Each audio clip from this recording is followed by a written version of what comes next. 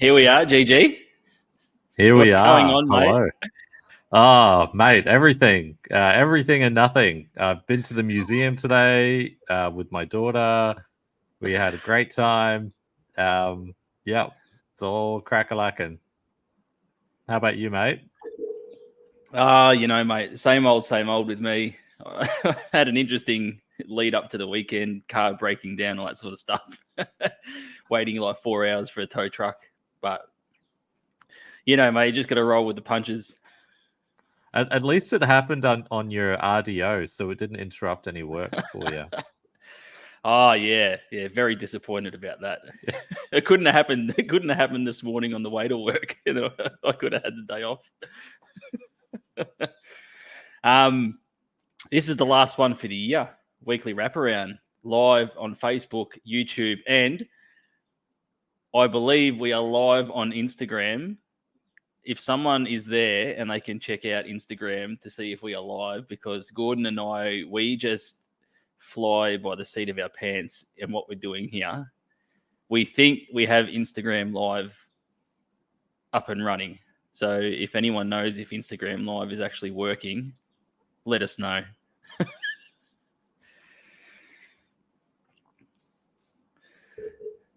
But we have a big show.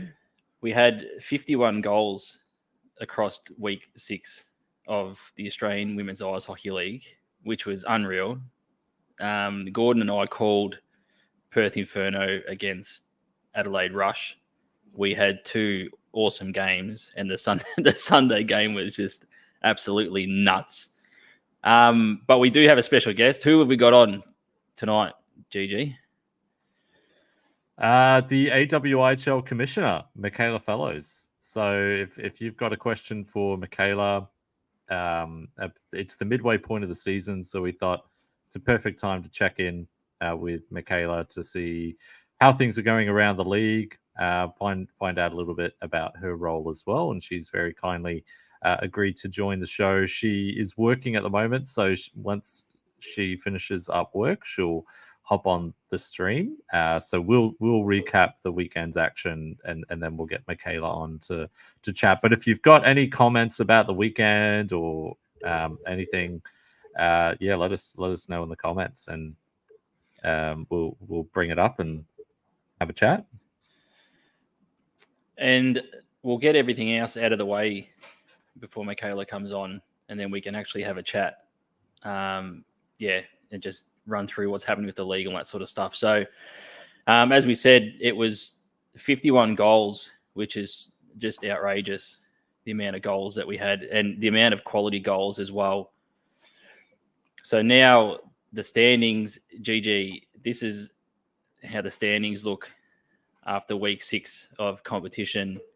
So the Melbourne Ice have jumped back on top with 18 points to Perth Inferno after getting 2 wins back-to-back and walking away from Adelaide with 2 wins. They move up into second on 17 points. Adelaide Rush, 14 points. Brisbane Lightning, who didn't play across the weekend, 4th with 11. And the Sydney Sirens sitting on the bottom with no wins and 0 points. The Sirens had a ripping Saturday. So they were really unlucky.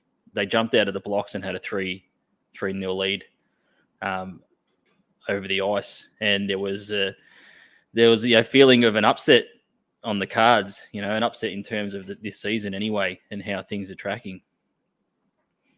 Yeah, the first period, Sydney really took it to Melbourne in that first period, and they scored. There was Sarah Edney scored the first, which was off a rebound. The second goal, I think it was the second goal, was a beauty by Ebony Brunt. Just scored a fantastic goal. Melbourne defense caught out of position, and then on the third goal, the same. There were 2 Sirens players in front of the net. One Melbourne Ice defender and Ava Calabria converted to put them up 3-0. I think, and this is going to be controversial, Doogie, but I think what kind of killed the momentum for the Sirens was getting a power play at the end of the period. And the Ice had a couple of really good chances to end the period, didn't score, but had a couple of really good chances on the penalty kill. Start of the second period, and Melbourne again had a couple of good chances on the penalty kill, and then drew a penalty of their own as their own penalty expired, and scored on the power play immediately afterwards. So there's not we saw it last week with the Brisbane Lightning, where they scored 2 goals on the penalty kill, and it totally changed the complexion of the game. And for me, at least, I felt that was a big moment. And the Ice, we'll talk about the Ice and the Sirens later on when we get into our topics. Oh, yeah, sorry, mate. No, all good. All good. No, all good. We do a little bit of a snapshot when we do the standings. But yeah, they did score 3 power play goals in a row, the Ice, on that Saturday game, which is pretty massive. When you're looking at any team in the league, any team in any league, 3 power play goals in a row is huge. And it was quite funny. We had our previous guest, Andrew Egan. So it was good to see like Melbourne getting back home to O'Brien. It gives the Ice fans a chance to have a look at some of these players. And he actually mentioned, he sent me a message and mentioned Calabria and how impressed he was. But yeah, so I felt for the Sirens. I honestly, I was sort of crossing the fingers that they'd break their drought this season. But the first thing on the ticket following the weekend, and as we said at the top, we called these 2 games the Inferno Road Warriors. Unbelievable performance from the Inferno. They travelled to Adelaide, who going into this weekend was sitting on top. And if they could have got 1 win, it would have been impressive. But the fact that they've walked away with 2 wins and took it up to the Inferno, took it up to the Rush when they lost either Malcolm, Scala as well. It was really impressive. Yeah, down to 13 players in the Sunday matchup, and what a tussle it was. There was 7 lead changes. No team led by more than a goal at any stage in the game, so a true back and forth contest, and the Inferno gutted it out. And we spoke about the offense on the last weekly wraparound, and we felt that the Inferno needed a bit more offense because they've got plenty of it, and it sort of didn't show across their home stand. But across this weekend, it really showed their offense, and Sarah Salmons was absolutely unreal across the entire weekend for the Inferno.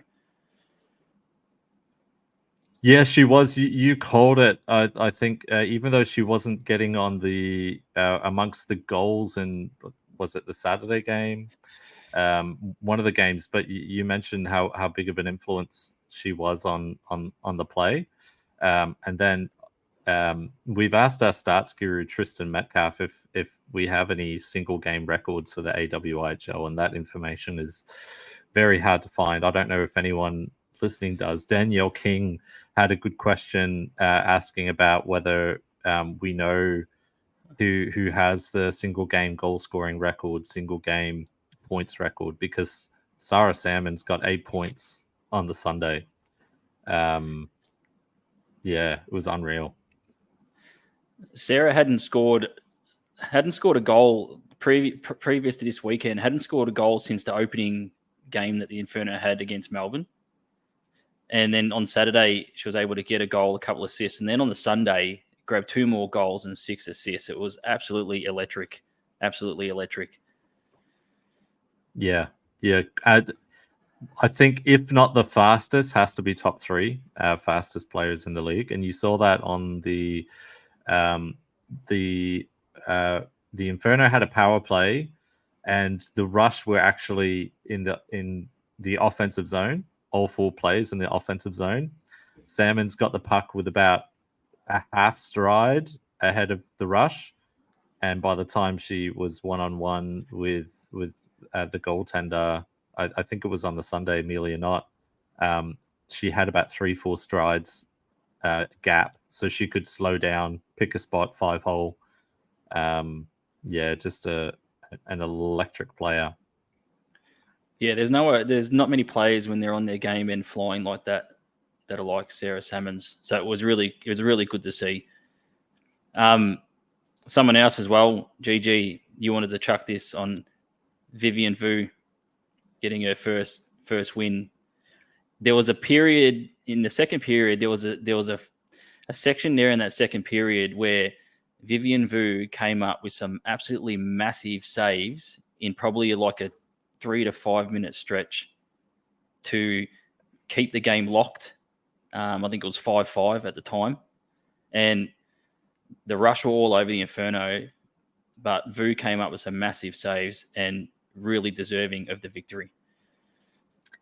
Yeah, I think at the end made something like had 48 shots against, so was the busier of the two goaltenders, and yeah, came up big. I think this will be good for Vu, just for the, she hasn't had many starts this season, hasn't played a complete game that I'm aware of this season, so was able to do both this on the Sunday, and then Esports Desk has her down for a cheeky win last season, so I didn't call it on the broadcast. I didn't call it as her first AWIHL win, but I think that the Perth Inferno socials tweeted out that it was her first ever AWIHL victory. So congratulations, Vivu. Sorry we didn't mention it on the broadcast. We were relying on Esports Desk like a couple of chumps. So. Good old Esports Desk. Oh, God. Yeah. But yeah, well done. Sorry. Yep. Yeah. No, go on. I was gonna say, just a shout out to Danielle King. I was rewatching the game today, and after Jamie McKenzie scored, I think it was the tying goal to tie it up at 1 on the Sunday, went top shelf. Danielle King put in the comments on YouTube, mac and cheese, and I just thought that was the most brilliant little pun. Mac McKenzie, top cheese. I'm just explaining it. But yeah, I just thought that was great. I was like, I would have loved to have come up with that one on my own. But yeah, so shout out to Danielle King. Yeah, it's good. The interaction on YouTube is cool, and we're sort of getting around it more, which makes the broadcast, I think, a lot better as well. But well done to Vivian Vu. The other player, which we've spoken about, and people are going to love our little names that we've got here for our segments, GG. Good golly, Miss Molly. Molly Lakoviak. Molly Lakoviak. Like, you're just impressed every single week. And on the weekend just gone, stepped up into a forward role and was unbelievable again, including picking up a hat-trick in yesterday's game and the game winner going bar down. Unbelievable. Yeah. Fantastic player. Started playing the game at on D, and then when Scala left early, I'm not sure what, I don't want to speculate. I'm not sure what happened, but wasn't able to continue in the game. And when Scala left, Lakoviak took the spot on the wing, went up from the D line. So it was just sensational. But even the game before on the Saturday, I think she got 4 points. I don't have it open in front of me, but I think she got 4 points. She got a goal and 3 assists, I'm going to say, on the Saturday from the blue line. So, she, oh, great. But yeah, absolutely sensational player, and a great player to have back there in defense. Puck carrying defenders are so valuable to teams in the league. And what a weapon for Graham Hyde and the coaching staff to have a defender that can step in to a forward role like that and perform like that as well. Crazy. Yeah, 100%. So the Inferno, they have a massive weekend. they sweep the Rush in Adelaide, and then they'll head home now feeling good, moving up the standings as well. On the other side, the Adelaide Rush coming into the weekend sitting on top. As we got there, Rush let it slip, not being able to pick up a win on home ice. I felt like the Saturday game when we were calling on the broadcast, I felt like I wasn't watching the Adelaide Rush that I'd watched the previous weeks and called on the commentary the previous weeks. There was just something missing there. I don't know what it was, but I felt like they got that back on Sunday. So I felt like there was through the neutral zone, there was a lot of on the Saturday game. There wasn't tape to tape passes sticking. There was passes that were sort of a little bit out, just off target. But I felt like the Sunday they'd recaptured what was the essence of how good they were to start the season. Yeah, I think you're right. There was definitely some. They weren't able to get much purchase through the neutral zone. I think, and yeah, you did call the passing not being as as tape to tape. I know that Madeline Langevin was out of the lineup. I'm not sure if that had an impact just with the lines, etc. But they were right in that game on the Saturday, right in that contest as well. But yeah, definitely looked better on the Sunday. And I'm not sure if the Inferno had a plan for Maya Tupper, who had a point, put up a goal and assist through every game this season, and on Saturday didn't have a point at all, and then on the Sunday was able to grab a goal. But the production that we'd normally see from Tupper at the start of the season wasn't there. So I'm not sure if the Perth Inferno put a bit of work into limiting Tupper as well. Yeah, I'm not sure. I mean, Kirsty Venus got a hat trick from the blue line on the Saturday. So I mean, she had a fantastic game. That's our next point. That's a good segue. What a segue. We're pros.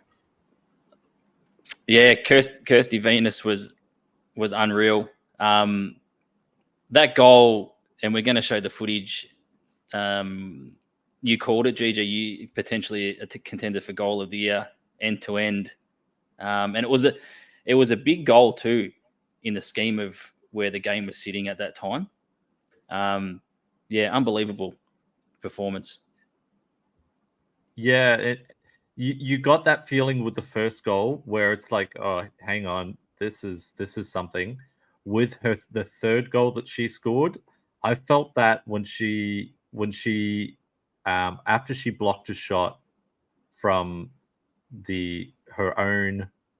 her right face-off circle in the defensive zone from the top of the circle, after she blocked a shot, she just looked up, and I immediately I thought, here we go. And she went coast to coast and got a fortunate bounce off the goaltender and into the net. But you make your own luck, and Kirsty Venus, she has that ability. I don't, if there's a better defender in the league, she's got to be up there in the conversation for best defender, right? Yeah, 100%. And that goal, it is potentially goal of the year, goal of the season.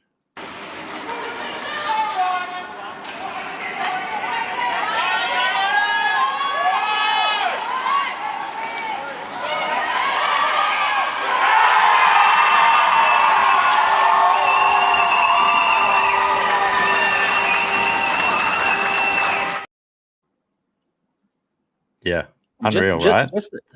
Just to finish too, like a backhand shovel, like a backhand sort of shovel shot, just unreal. After going from one end to the other, just crazy. Yeah, and we've got Andrew Egan in the comments. Yeah, beauty on the backhand. Yeah, 100%. And the skating ability. When the thing that you notice with Kirsty Venus is the skating, and she reminds me a lot, and this is She reminds me a lot of Ty Wishart. So when I was doing stuff for the Ice Dogs at Macquarie, I'd stand in behind the goal, and you would see Ty Wishart be able to just use his body, do little things with his shoulders to get forecheckers to go the wrong way. Kirsty Venus does the same. She's able to just spin out of trouble. She's got handles for days, like able to deke around forecheckers. Yeah, massively impressive player. Yeah, I agree. Like between both them and Wishart, they seem like they got forever as well. There's no panic, just time on the puck, just make the play, move on to the next one. Yeah. Yeah, and with Adelaide, if you shut down Maya Tupper, which they did on Saturday, here's Kirsty Venus. If you shut down Kirsty Venus, here's Maya Tupper. So yeah, and yeah, Robert in the comments, class act, absolutely class act. Yeah, one of the most entertaining players to watch in the league. Just before we move off this topic, just speaking of defenders, Grace Callan-Bocas, we spoke about during the call, is really improving every week and is becoming a sort of steady young defender. And I think if you're playing alongside the likes of Tupper, you're going to learn and pick up things as well and improve from that aspect. But you mentioned it on the call, GG, just doesn't feel like, what's the word?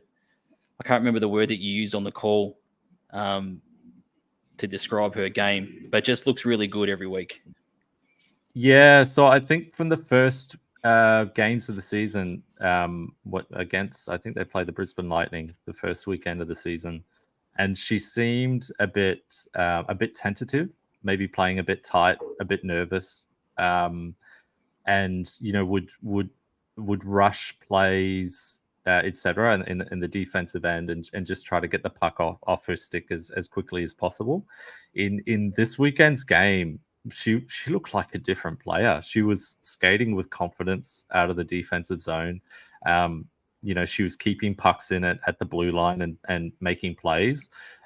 Really good player, and someone who, this is someone that's going to be an Olympian. So she's Australia, for the first time since 1960 is sending over an Olympic team to the World Youth Olympic Games in Gangwon, Korea. It's for athletes 15 years and under. Australia qualified in their own right. So she'll be representing Australia in the 3-on-3 women's ice hockey event.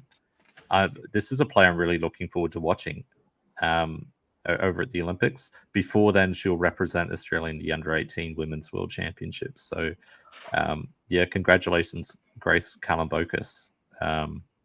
Looks to be a player. Yeah, 100%. And the other big thing from the weekend was Nat Ayres 100 games. And it was, we called it on the broadcast. It was like something written out of a movie script, wasn't it? Like to have all the ceremony and all that sort of stuff before the game and, the big occasion. And there would have been obviously emotion from Ayres and also teammates and people that know her. But then to come out and put up a 4-point performance and also get the opening goal of the game, it was written in the stars. Yeah, just needed the win to make it a fairy tale finish. But we called it. It was Kate Tahima and Caitlin Molthaner doing the work down in behind the net, getting the puck out in front for Ayres to tap it home inside the first minute of a 100th game. So, sensational to see a player that doesn't, love the spotlight. I don't think, it was nice to see John Botterill doing the presentation before the game and the little speech. As I understand, I think John Botterill scouted her or coached her originally. But yeah, what a player. Has played every single Adelaide Rush game since they've been the Rush, 60 odd games. 68 games, I believe. So yeah, what a player. Yeah, just a lot of people sort of throw out the tag of greats of certain leagues and things like that, but I think she definitely is represented Australia at all levels and just been a great player for the Rush and in the A-Dub as well. And is an important player, is the sort of player that allows Kirsty Venus and Maya Tupper to go deep in the offensive zone because she's so smart. Like, she's so defensively responsible. She can go back up high to cover. That line of Aris, Molthano, and Tahima is absolutely unreal. They're defensively very strong, but they can score too. They go to work along the boards. And they get extended zone time. It's a good line. Yeah, we mentioned it at the start when we're looking at the standings. The Melbourne Ice back on top after getting 2 wins on the weekend.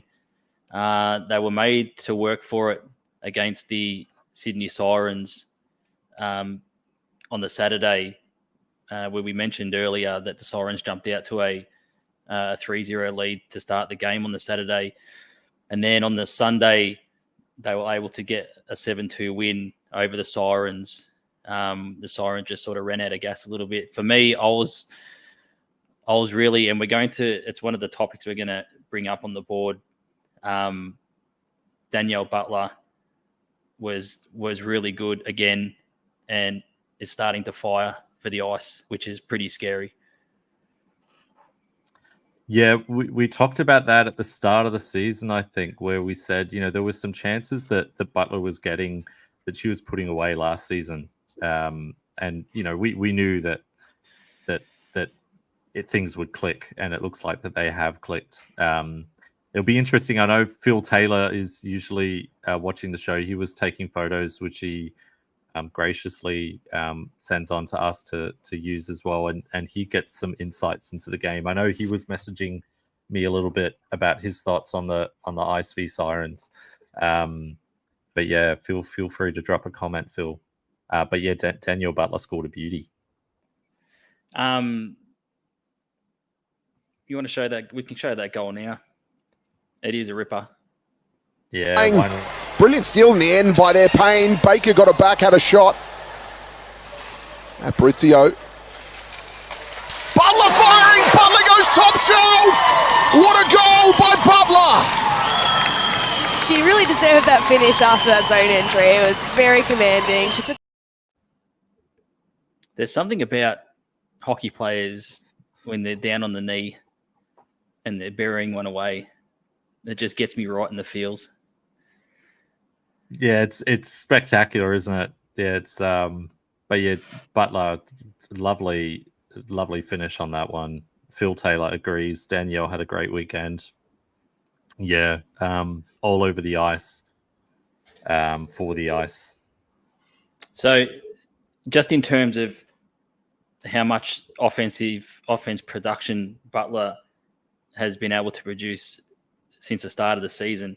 So after 4 games this season for the Ice, Danielle Butler had 3 points. And then in the last 4 games, in the other 4 games, so they've played 8. So the other 4 games, she's got 11 points. So 4 goals, 7 assists in the last 4 games.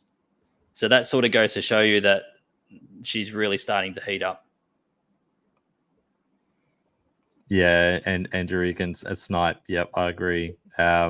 Definitely, heating up. I don't think the Ice had Christina Julien this weekend, so she stepped up. Aparicio got a ton of points, 4-point and a 3-point or 2 4-point games. I can't remember. And Godfrey, scored a beauty. The penalty shot goal and the celly afterwards. It was pretty sick. Yeah, you got to love a good Sally. Yeah. we have the Sydney Sirens who are still sitting on the bottom and come away from Melbourne weekend winless. It was when I seen the score on the Saturday, the early score anyway, and last week we spoke about the Sirens playing the Ducks and maybe that could help them, bond together, all that sort of stuff. When I seen the score initially on the Saturday, I'm like, oh, here we go. Maybe it has helped them. But unfortunately, they just didn't have enough to overcome the ice. One of the things that I love, though, and I left a comment on the official AW Facebook page, and head coach Robledo actually liked it. I think Julia Pacchini and Ava Calabria have been two of the best Sirens this season. So whenever they get on the goal scorer sheet, I think it's good reward for a lot of hard work for those two, especially.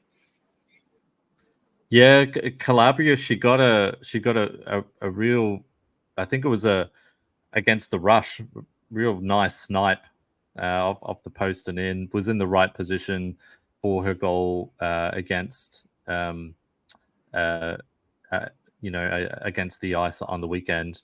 I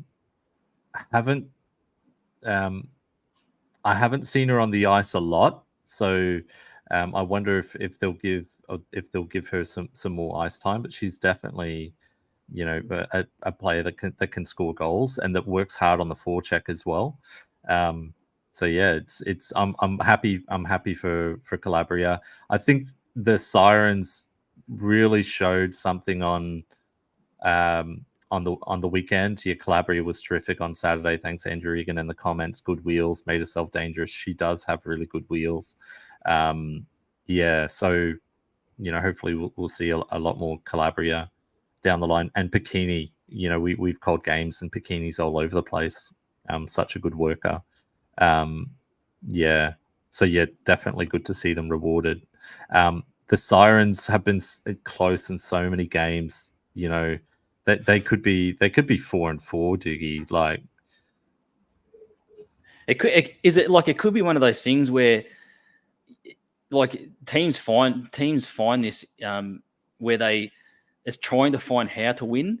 Like, you can get close and you're hanging in there and you're in games, but being able to find that little bit extra to find out how to win a game when you're sort of in a like a losing streak. But once you get that first win, they could just keep coming and coming and coming. Yeah, absolutely. So, which is why I thought that the weekend against the Ducks, both teams got what they wanted out of it. The Sirens were able to score a ton of goals on the Saturday, and the Ducks were able to stay in a close one and actually, probably got more than they bargained for, to be honest, with a win on the Sunday. So, well deserved by the Ducks as well. So, I think as well that the fact that the Melbourne Ice hadn't played since mid-November probably benefited the Sirens as well. Yeah, I agree. Sarah Edney is leading.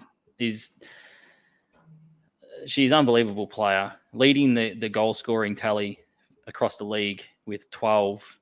There's only been one game this season where Edney hasn't scored a goal for the Sirens, and there's been 4 games where she scored more than one in those games.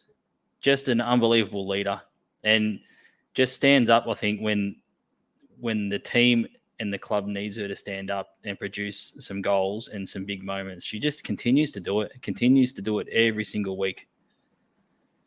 Yeah, no, outstanding player, a hell of a slap shot. There was a moment, I think she was 1-on-1 and just made the blue line, and it just wound up for a slap shot. Has a heck of a shot. She has 12 goals and 1 assist, so definitely Cy Young kind of numbers there.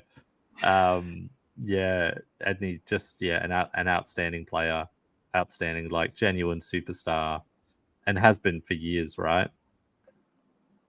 Yeah, and I don't know. So I don't know off the top of my head. I know last season she had 13 goals. I think it was last season. If my memory serves me correct, but I don't know how many goals in a season she's actually scored. But it feels like she could smash her career high for goals in a season this season. Yeah, I think when she was with her sister, this is in the 2019-20 season. So she played with her sister Nadine Edney, who played for the Toronto Six last season, and the Toronto Six, of course, won their championship. But there was, I'm just trying to look it up. I'm going to look it up now in the standings, so bear with me. The leaders in 2019. So Kayla Nielsen was also on that Sirens team. Kayla Nielsen got 17 goals. Nadine Edney got 17 goals. And then Sarah Edney. Where is Sarah Edney? Sarah Edney only played 6 games and got 6 goals and 8 assists. So yeah, definitely looking to be a career year for Sarah Edney. Yeah, I just don't see I just don't see the goals slowing down. Yeah, just and you would think that as the players around her, as the team gels, those goals or opportunities will increase. Yeah, I remember when we had Andrew Egan on. He mentioned sort of carrying the bag a little bit. I think maybe when that sort of doesn't happen as much, the goals might even become even more free flowing for her. Yeah. Well, it was nice to see Ebony Brunt, just like taking things over with the goal that she scored. And Andrew Egan mentioned as well about the crying goal, and Sally was A+ too, and it was great. You love a Sally that goes that seamlessly transitions into celebrating with the bench. Yeah, it was a beauty. It was a beauty. Down on one knee, with the glove, scraping the ice, and then into the handshakes, or fist bumps on the bench. Phil Taylor, yeah, that was a cracker. Yeah, good one to be in the ring for. Yeah, I'm big Hannah Cryan fan, so I'm glad that she's able to get some goals. Does everything right. Just works hard, all that sort of stuff, both sides of the puck. So it's good to see her get on the goal scorers sheet. Yeah, she's going to be an Olympian. She's going to be playing in that World Youth Olympic Games, and she's going to be playing for Australia at the under 18 Women's World Championship. So yeah, just a brilliant Well, player. it's another good segue, GG. Mate, we're onto it. So let people know when and where. Yes, so Olympics, Gang 1 in Korea. The times are pretty reasonable. Let me open up my thing here. I've got like a document. And if you're in there, if you're watching, can someone let us know if we're live on Instagram? Because it's been something. We've tried something new tonight with going live on Instagram. So if people are following us on Instagram, can you let us know if we're live there? So World Youth Olympic Games starts. That the ice hockey women's 3-on-3 event starts January 20 and concludes with the medal games January 25. The Australia is in part of an 8-team group, so we'll play a round robin. The other countries in the group are Netherlands, Korea, Italy, Hungary, Mexico, Turkey, and China. The times are around about 6 p.m., 3:30 p.m. There's a couple of 10:30s, but they're pretty reasonable times. So looking forward to that.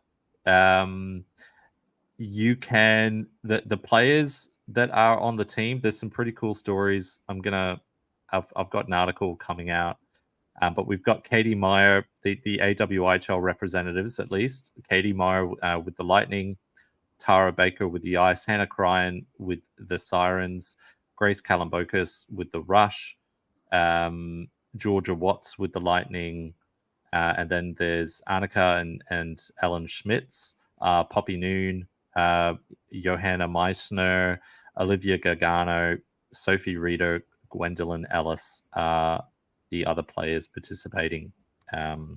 So yeah, and we've got Phil Taylor saying that we are on Instagram apparently. Well, there you go. We're moving So into the big we're on time. there. Oh mate, we're moving into the big time. We just need another 45 followers, and then we'll be broadcast on LinkedIn as well. So tell your friends. With the Olympics 3-on-3, I'm looking forward to seeing Georgia Watts. That's the one player I've sort of picked out of that squad to see on that Olympic stage. I'm really excited. We do have Michaela Fellowes hopefully coming on the show. But yeah, I've got a message from Michaela saying that she's running seriously late. She's left work, scrambling to get home. In peak hour Perth traffic. Yeah, she's probably watching us on Instagram at the moment. Hey, she can go live from the car. Like, yeah, it doesn't worry us. No. I'm gonna put up this comment. Tracy Hokert, thank you. Not yet an exhaustive search, but Andreas Duranko had a field day against the Brisbane Goannas when playing with the Adelaide Assassins, scoring 8 goals in a 12-0 win. Holy dooly. 8 Holy goals. dooly. Wow. Still looking for an over 8-point game, but cool to find an 8-goal game. I agree. Yes. Thank you, Tracy. Yeah. So we've had Tracy come on as a guest, and now Tracy's doing stats for us. Join the team, Tracy. Join the team. I mean, if we don't get paid, we actually pay money, but there's probably benefits as well somewhere. But yeah, Olympic 3-on-3, and the good thing about that, I think it's going to be hectic for a lot of the players, because there's, I think, 6 players that will be representing Australia at the Under-18 Women's World Championships, which is January 8 to 14, I think, in Jaca, Spain. So they'll have that experience of playing together. Both teams are coached by Remy Harvey. So yeah, it'll be good. They can kind of gel. Oh, mate. Mate, you're just going through. You're just segueing your way through this whole entire episode. I need to do a segue, Sally. I need to find my segue, Sally. I'm gonna hit up Hannah Cryan for some Sally tips. That under-18s team, obviously they won gold in promotion early this year from Division 2A. Amelia Knott is the one that I picked out from that squad. I sort of went through the squads and just sort of plucked the player out that was the player that I was going to keep a lookout for. But it's a really strong team, and fingers crossed we can have the same result as they did earlier in the year. Yeah, I mean, it's going to be tough. It's going to be hella tough. There was a player for Spain. I think it was like Claudia, like Alvarez is what I'm thinking, who was unbelievable to watch. Was last year or the year before as a 15, 16-year-old. Yeah, there's some real talent, and I had a chat with Remy Harvey last week, and she said, the girls and teams that they're playing, this is getting into the ranks where you can play professionally. Like, you can do this, you can be paid to play. That's kind of the standards that we're getting into, which I think is fantastic. And there's some strong hockey nations in the group, but we we're, our identity is kind of like gritty and working hard, and it doesn't matter. I know last year at the tournament, Latvia had this outrageously good player. When they played Australia just shut her down. So, who knows? Who knows? It could be a case of, when you go into those, when you step up to a different level, you just rise to that level of the competition that you're playing against. Yeah. Yep. I'm just going to send a message to Michaela. This is very professional. I think there's an element of that. Like, you look at, for example, the men's under 20 World Championships, where they were in Division 3 and should have probably been out of the division like the year before. Like, what can you learn from beating South Africa 28-0? Like, that one of the things that they mentioned was that by the time they got to the finals, they hadn't been tested. So then it's like at the first sign of adversity, how do you handle that? And you're learning that on the fly. So I think it's good. It will be good to be in like a division where you are tested and you have to rise to the occasion. Michaela is downloading Chrome. She says that she's sends her apologies. Well, we hope to have we hope to have a special edition episode of Weekly Wraparound with head coach Remy Harvey and possibly a player either on site at the under 18s or the 3-on-3 Olympics. So we've been in discussions with Ice Hockey Australia to get some promotion out for the teams and the players and the coaches and the sport here. So we should have some sort of special episode of Weekly Wraparound. Fingers crossed. Yeah.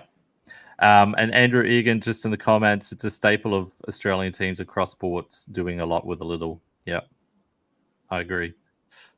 Yeah, 100%. Yeah, we punch above our weight in just about everything. Everything comes up Brisbane, Tracy. What's going on? Tash Ferrier, 6 goals and 2 assists, 8-point game again against Brisbane.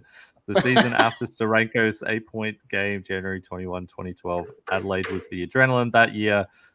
16-1 final score. Ouch. Why we've got Tracy's comment up on the screen. Tash Farrier on the weekend was only got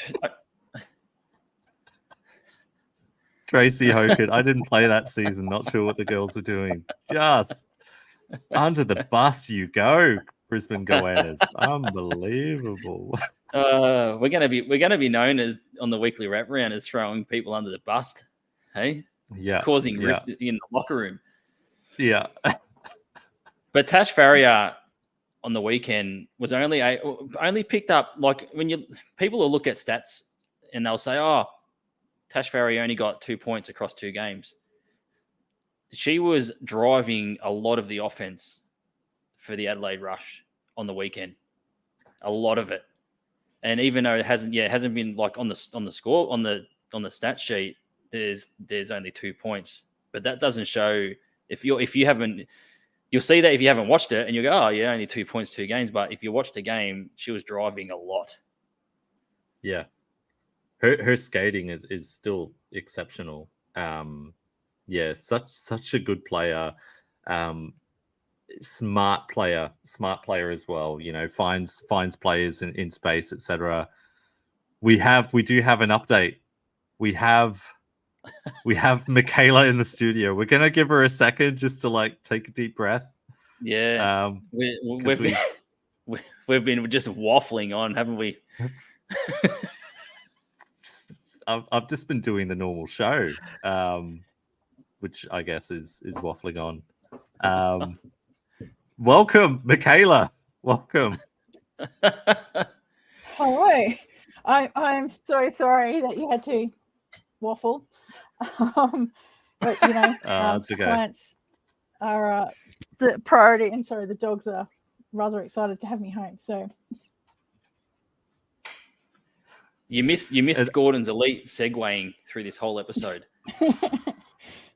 damn. It's been pretty good, Michaela. It's like Oh, that's good. time slowed down. I was in the zone. It was amazing. Oh, very good, very good. All right. So we have the AWIHL Commissioner Michaela Fellowes in the house. Finally, how is Commissioner life going for so far this season? Not too bad, actually. It's been interesting outside of the commissioner work, but no, I think everything's going rather well. We've got a really exciting 5 teams this year. Even though Sydney are on the bottom of the table, they've come really close to winning some of their games. It's only been time running out on them, really.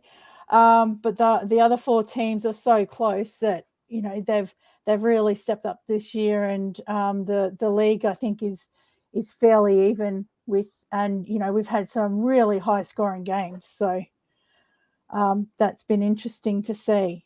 So it should be interesting to see who gets the top point scorer this year and how many points they get. Yeah, there's a lot putting their hand up, that's for sure.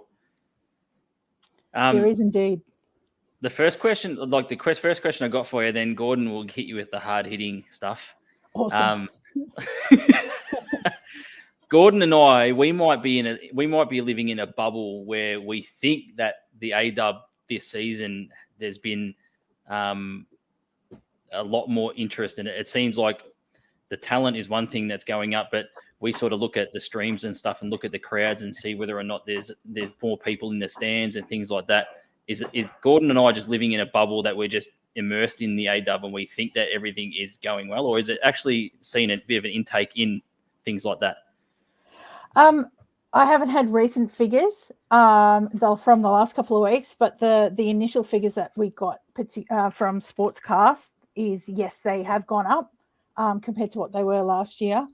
So which is really good to see, and is really good for the teams and sponsors, and being able for the teams to use those figures for sponsors.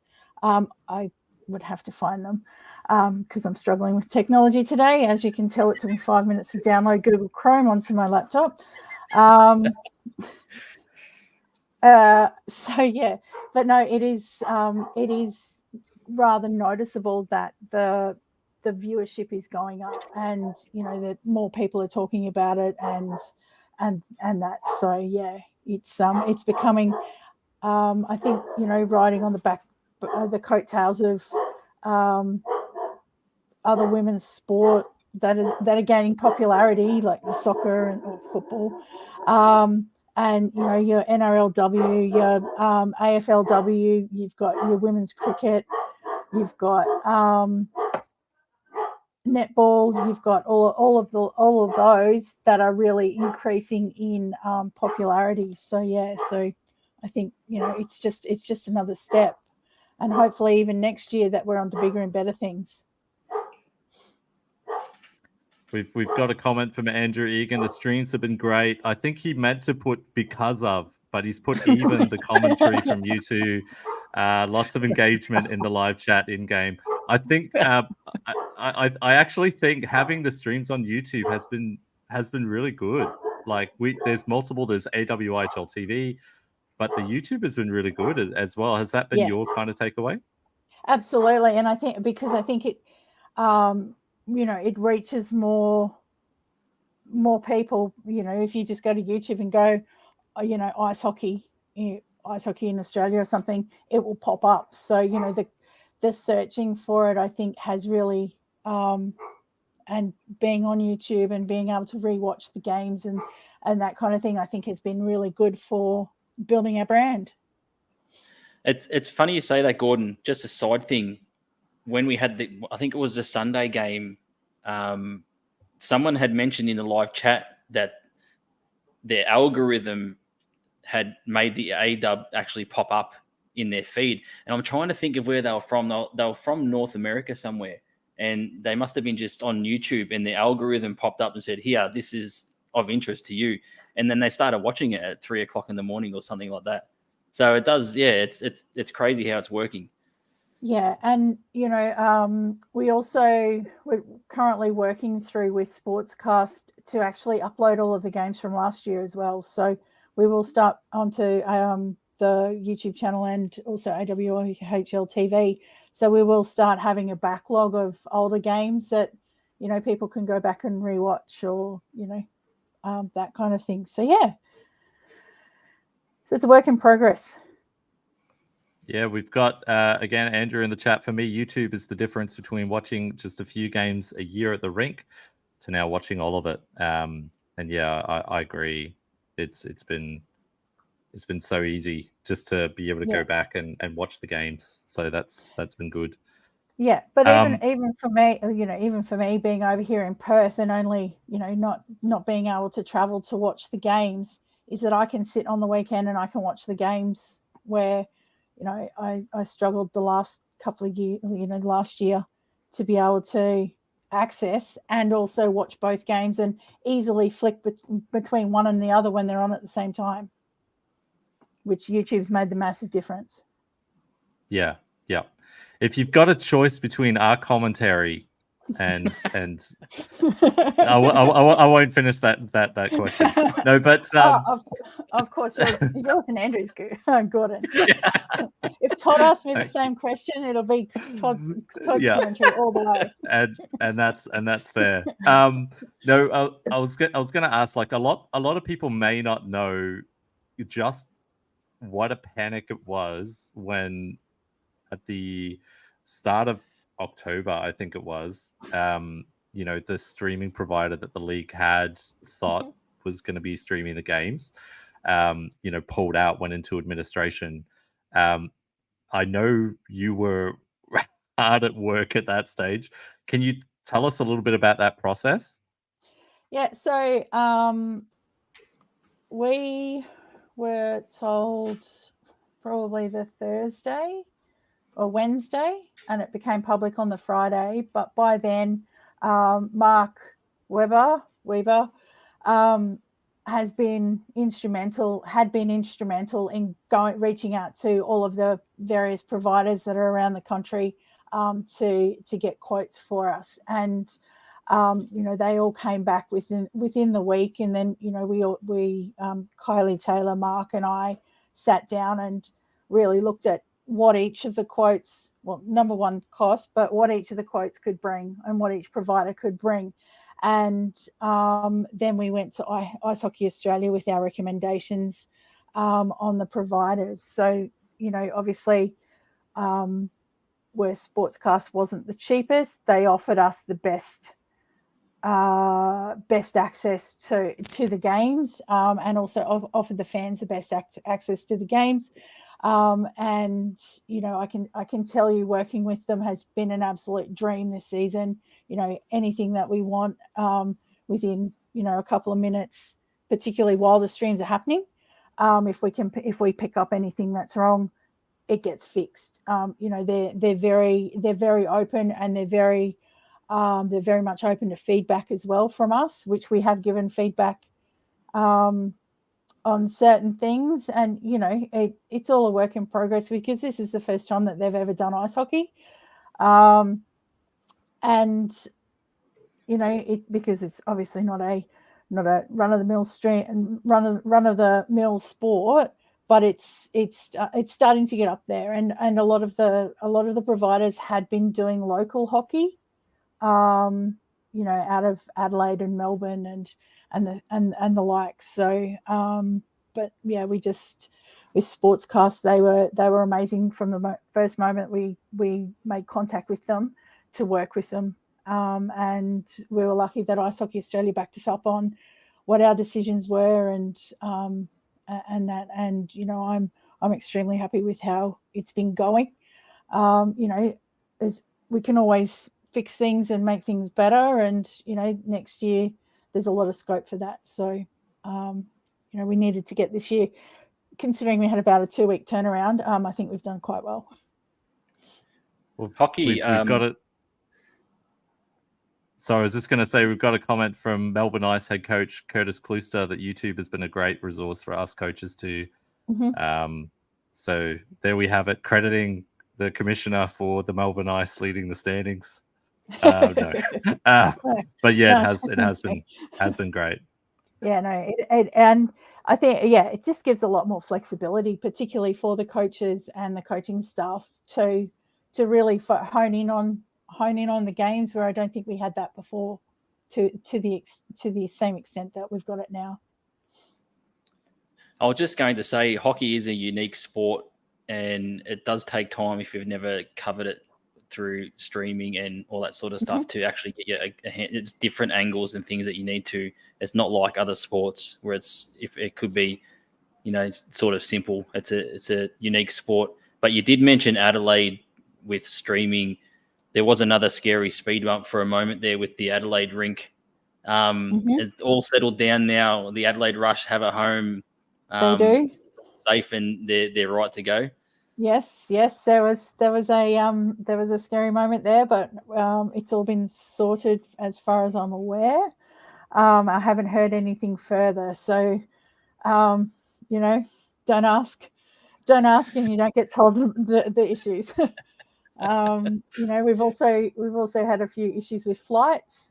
I think last weekend actually, or not last weekend, the weekend before, with Brisbane coming to Perth. That was nothing but a nightmare on the Friday afternoon.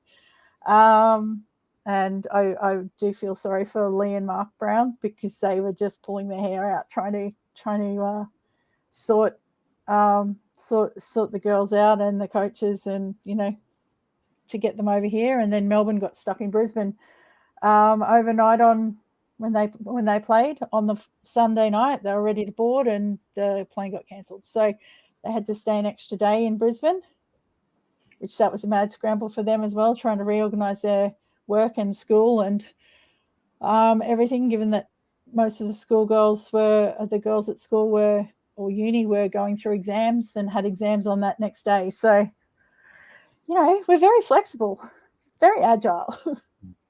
So we need private jets. Yes. So we need a really wealthy benefactor to not only build more rinks, but we need private jets to fly everybody everywhere. That could be a good segue right there, Gordon, into major sponsor for the AWIHL. That's something that the league, we all think the league needs. If there's anyone out there who's listening with our massive viewership here, GG, please get in touch with the league and Michaela. Is obviously it'd be constantly on your radar. Is there any updates with that for the league at all? Not at this stage. We are still working on. We've got a couple in the pipeline. We also have some fundraising ideas that won't get off the ground until next season, unfortunately. But yes, if there's anybody who's interested in having a chat, please get in touch. We're very open to naming rights, you name it. We're open to discussions with sponsors, because as you guys would know, it's a very expensive sport, and most of these girls are paying for it themselves, if not their parents are paying for it. And on top of the AWIHL season, they also, most of them, or a lot of them, play in the national women's team, both the U18s and also the over 18s, and they also play winter league. So it's a very expensive sport to play, and anything that we can do to minimize the cost for the teams, we try to do. But as the economy at the moment is not the best, and not a lot of people are willing to put their hands in their pockets, but we try the best we can, and just cross fingers and hope that who we're talking to at the moment comes through. We do have a question that's come in from the comments from Tracy Hokett. Question for Michaela: how about them Ducks? Are they in next year? Talk us through. You may not be able to answer that at this point, but what is the process for an expansion team? Okay, so the process for the expansion team, and I can actually answer Tracy's. The decision won't actually be made until the general meeting of AW, which is held about May next year. So the process is for a team. They send through an expression of interest. So it's about a 2-year lead time to get to do an expansion team. So you put in the expression of interest, and then we obviously engage and talk and start stepping them through the process, and then the teams have to go through exhibition games, which the Ducks are currently going through at the moment, with teams in the AW that are teams that are already here in the AW, just to make sure that the quality of players is there, that they're at the level that they need to be at to make it, because you don't want to introduce a new team, add extra costs to the existing teams, and then have them run dead last for the first 3 years. You want them to be competitive, but you don't want to introduce a team at the detriment of the other teams as well. So once the exhibition games are happening, all of the other teams, and that's why we like getting them telecast, because I think Melbourne have been putting it through their Facebook page, I think, or maybe YouTube. And then so the other teams, pardon me, all watch those games, and make judgments, and get ready for questions when it comes, and then they do a presentation at the general meeting. So the team that's wanting to enter at the general meeting does the presentation, and then the clubs go away, discuss it, and make the decision. Is there a 2 seconds? Yeah. I'm just while Michaela's coughing up along, I'm just going to bring up this new stats guru, Tracy Hokett. Welcome to the team, Tracy. Dual 8-point games, not even against the Goannas. Christina Julien and Shauna Green, each 8 points as Ice Beat Rush in a 17-3 bloodbath. This incident occurred February 4, 2017. So thank you, Tracy. Sorry, Michaela, just for context, we were going over Sarah Salmon's 8-point game, and just wondering if that was a record. And Tracy has been digging up stats. Usually players have... Yeah, Tracy's found a couple against the Goannas. One player who scored 8 goals against the Goannas. Nice. So yeah. Anyway, and this is why we need those that have been around the league for some time. This is why we need them still involved, is because they have such great stats. Like Sarah out of Sydney has such great stats that you don't want to lose those. When players retire, or they don't want to be involved anymore. So yeah, it's really great to have players like Tracy still involved in the league and still playing at the level that she's playing at. Yeah, Tracy could be auditioning for a commentary gig. Yeah, live on our show. GG pulling out these stats. Well, you need a statistician, don't you? All the good shows have them. Oh yeah. Yeah, 100%. I just want to go back to the expansion with the Ducks. Mm-hmm. Is there like a more there might not be, but is there a more broader vision for the league in terms of we'd like to at some stage have a team in, say, Canberra? The Rhinos are back in the Central Coast, have possibly a team in the Central Coast, and all that sort of stuff, and looking at all of the regional cities and things like that? Yeah, absolutely. So we're just in very early talks with IHA at the moment, because obviously IHA still we're a league part of IHA. So yeah, we're just in this, the early stage discussions of what does our 5-year plan now look like, and how are we going to expand without damaging the current teams, without making it more expensive, because this season is more expensive than it's ever been before. And how can we do that and still keep a competitive league that people want to play in, people want to watch, all of those things. So it's a juggling act at the moment, but everything's on the table, and it's all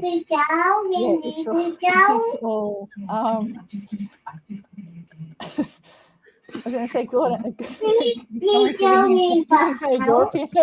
opinion. Yeah, so it's we know we have to seriously look at it to make sure the expansion, not only happens at the right time, but because you don't want to go too big and then have it all fold. So, what's the balance that we have to achieve to get that expansion, to keep the league competitive without, sending the cost that's already high through the roof. And some people might not have heard you talk or speak or anything like that, or spoken to you before. What is the role of the commissioner? What's the sort of what's the word? Day in the life of the commissioner, and why was it something that you wanted to do as well?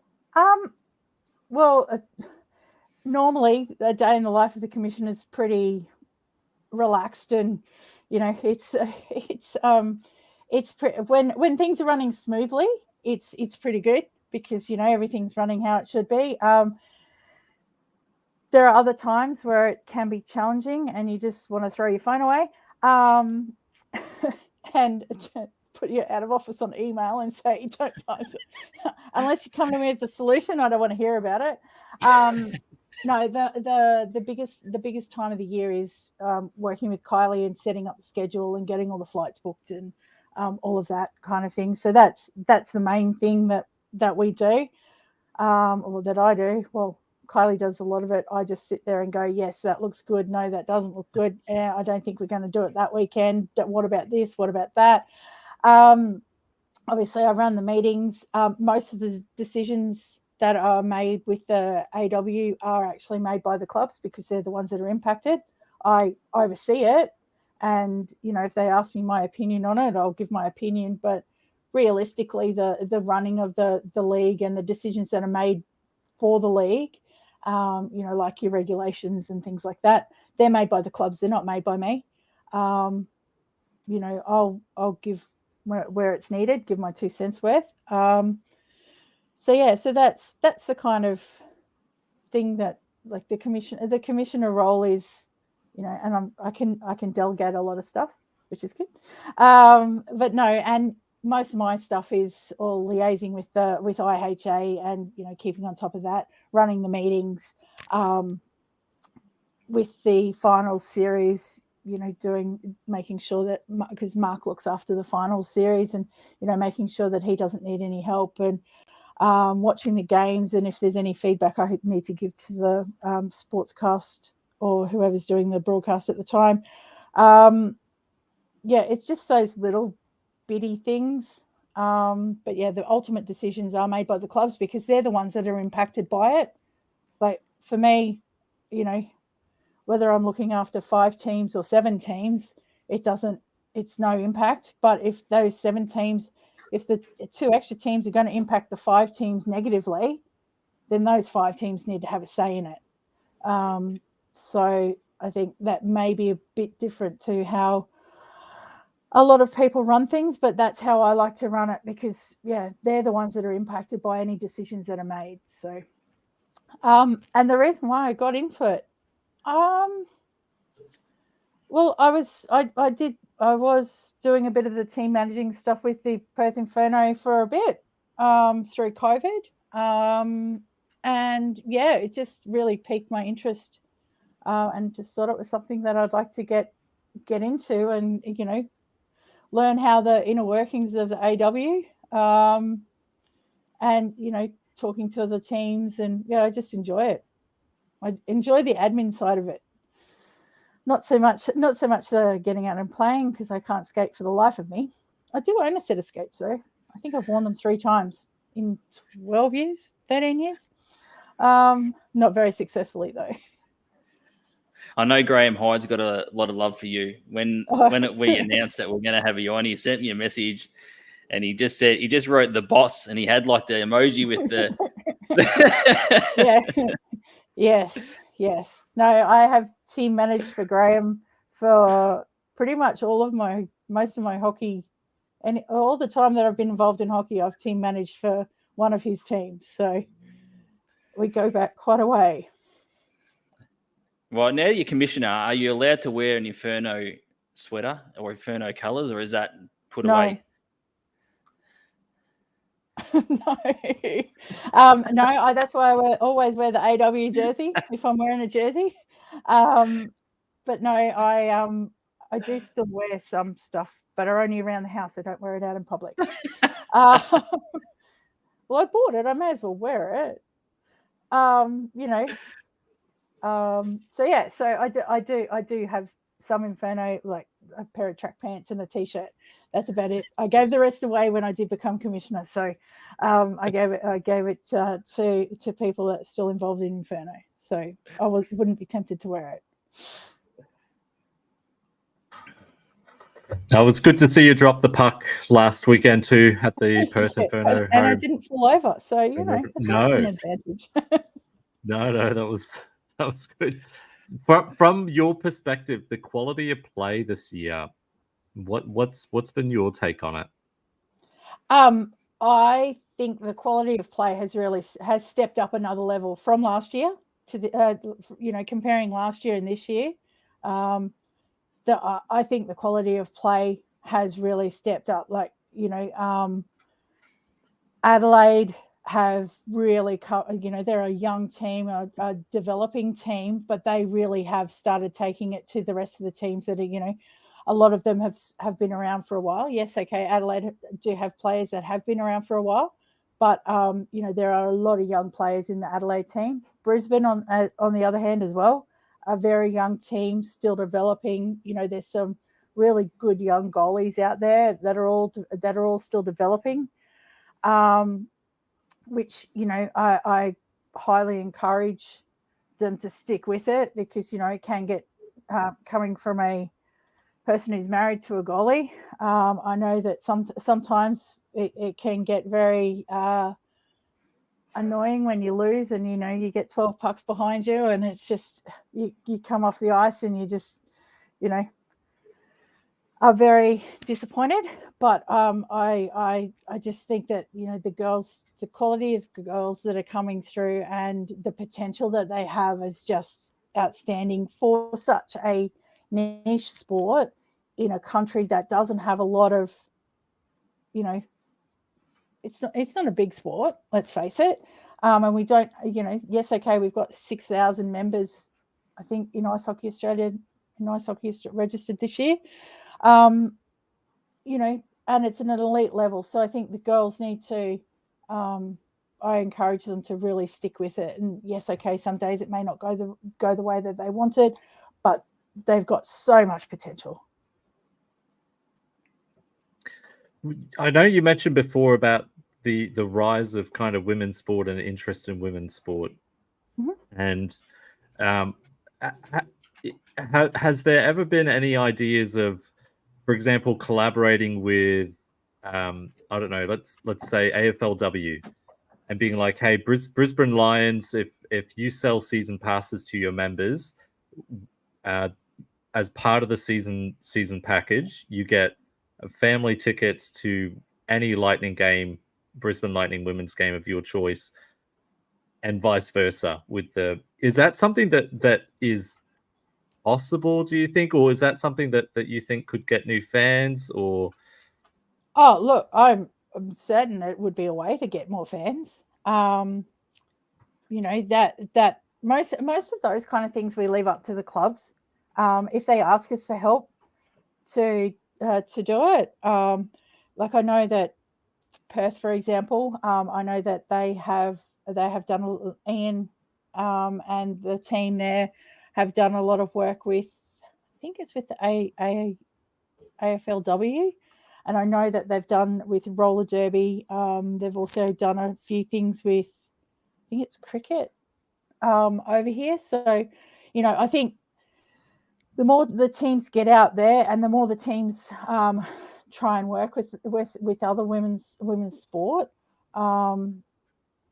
yeah, I'm all for it. And if they need help to do it, or they need a contact, I'm sure I can find a contact somewhere along the lines.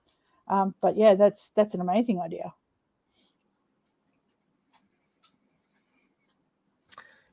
If anyone has any questions or comments for Michaela, feel free to put them in the chat. Yeah, we really appreciate you coming on and taking the time after work and rushing home and downloading Chrome. Sorry. That's okay. Sorry, I was running late. We had Tracy on last week, and Tracy was running late because her dog ran past and knocked the modem out of the wall, and she had to plug it in. And then we're sitting here, we're talking, and then you're rushing home from work, and then you have to download Google Chrome. So yeah, so it's a bit of a trend with our guests, I think. Yeah, well, you know, that's what's happening. That's what's happening. Alex in Adelaide asking Brisbane Lightning versus Tampa Bay Lightning. Who are you picking between those two teams, Michaela? And then they says wrong sport. Apologies, guys. Well, no, Brisbane all the way. Yeah, Brisbane Lightning all the way, absolutely. And Todd Morris doing a fine job, Commish. It's an absolute pleasure to be involved in the league. Can't wait to tuck into the second half of the season already. Yeah. So we are on a and this is something I was going to mention to you. We are on a 4-week break from last week. I think it's 4-week break. Yep, 4-week break. And then the under 18s head off for the World Championships in January. I think they go on the 8th, according to my calendar here. And then the national women's team goes 2 weeks after our finals. Yep. Yeah, it's like the IIHF loves to cram the January to April kind of schedule, and then there's nothing for 8 months. And completely mess up our schedule. Yeah. I know. So, yes. Yeah, but no, a bit busy few weeks, but yeah, definitely we'll have some information on the Women's World Under 18 Championships. Hopefully, as we said, get Remy and a player on. After what feels like 13 weeks of games back to back, 4 weeks off will be nice. Yeah, well done. Yeah, thanks, Shana. Did you see Shana's Sally after scoring the penalty shot goal, Michaela, on the weekend? No, I didn't. I'm sorry, Shana. It's good. I think the picture Phil Taylor took a photo and got her on one skate, you know, just like amping up the crowd. I'll have to go back and watch it now. It was a good goal. Goal. Points leader for the league. Mm-hmm. Yeah. Yep. Yeah. Yeah. Anything else you want to plug, Michaela? Not at this stage. I'll probably come back and plug the final series if that's okay with you guys, which is on the 9th and 10th of March. Yeah, you'll be the first person that actually wants to come back on the show. So congrats. You know, you just have to ask and I'll be there. No, that'd be brilliant. Yeah, we'd love to have you on for that. So it'll be by the end, just before the final series. It'll be exciting trying to work out who's playing who. I think it'll come down to the last weekend again. Yeah, because that last weekend, I think Adelaide was still in it in that final weekend. I think if they had to beat Brisbane twice in regulation, they would have got through. Yeah. But yeah. Yes. Yeah, no, Just thanks for coming on. Oh, sorry. Just a side note too, Gordon. We had Todd's comment in there before. We do hope to have Todd on the weekly wraparound at some stage before the season is done. So Todd splits the commentary with us across the league. So we have spoken to Todd to get Todd on the weekly wraparound. Awesome. Yeah, that'd That'll be good. The three of you should be funny together. We're gonna convert. As in We're gonna hilarious convert funny, Todd. not as in not not haha. as in Yeah. strange funny. As in haha funny, So- not strange funny. So the goal is to try to convert Todd to purely ice hockey. You know, you don't need to commentate any other sports, Todd. No. Ice hockey's where it's at, mate. Ice hockey's where it's at. Absolutely. But for only 16 or 20 games for the season. So Yeah.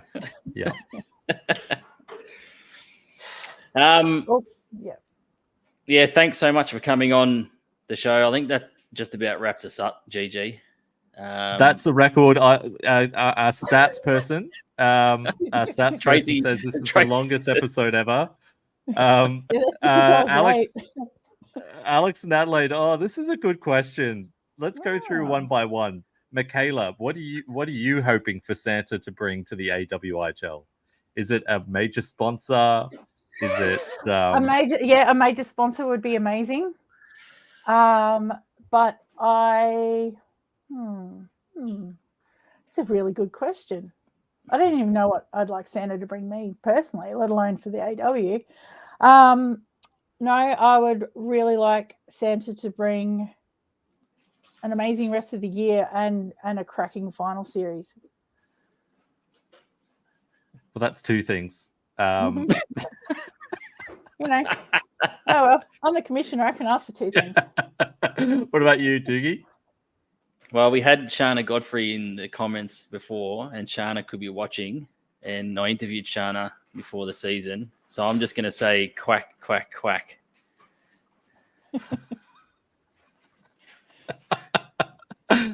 Yep. I don't know what that means. I'm just going to play. No. Really? Yeah. I mean, they have a great jersey, Michaela. They do have a great jersey. I will admit they do have a great jersey. Yeah.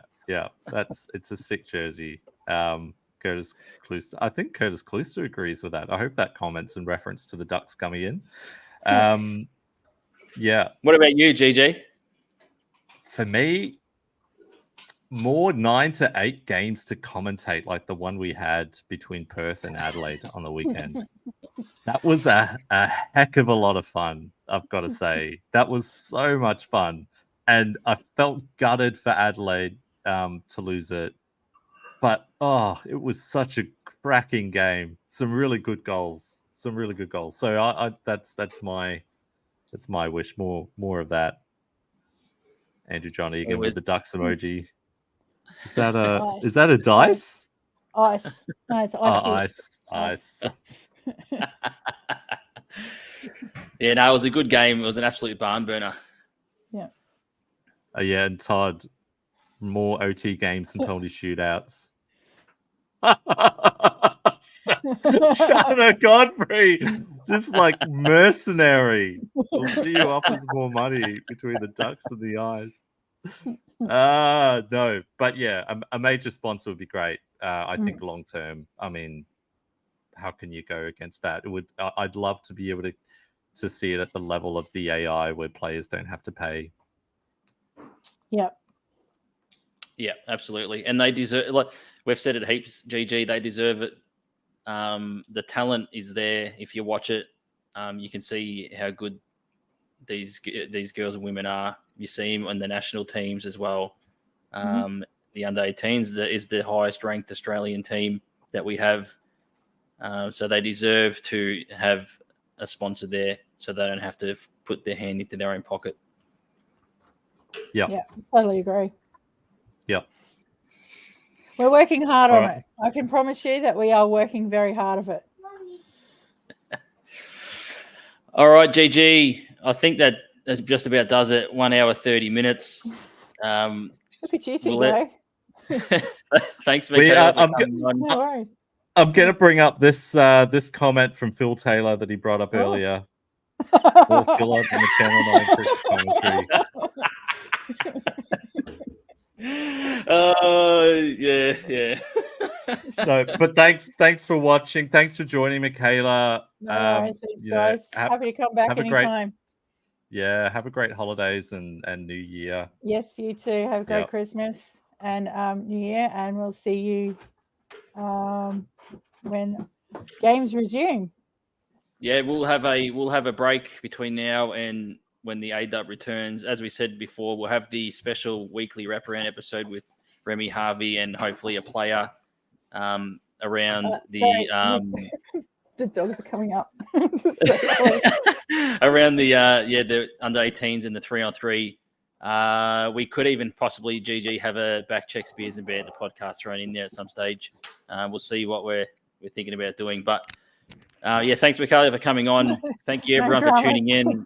Check us out at hockeyhypeaustralia.com.au, on the socials at hockeyhypeaus. Subscribe to our YouTube, and from me, we'll see you next time. See you guys. See ya.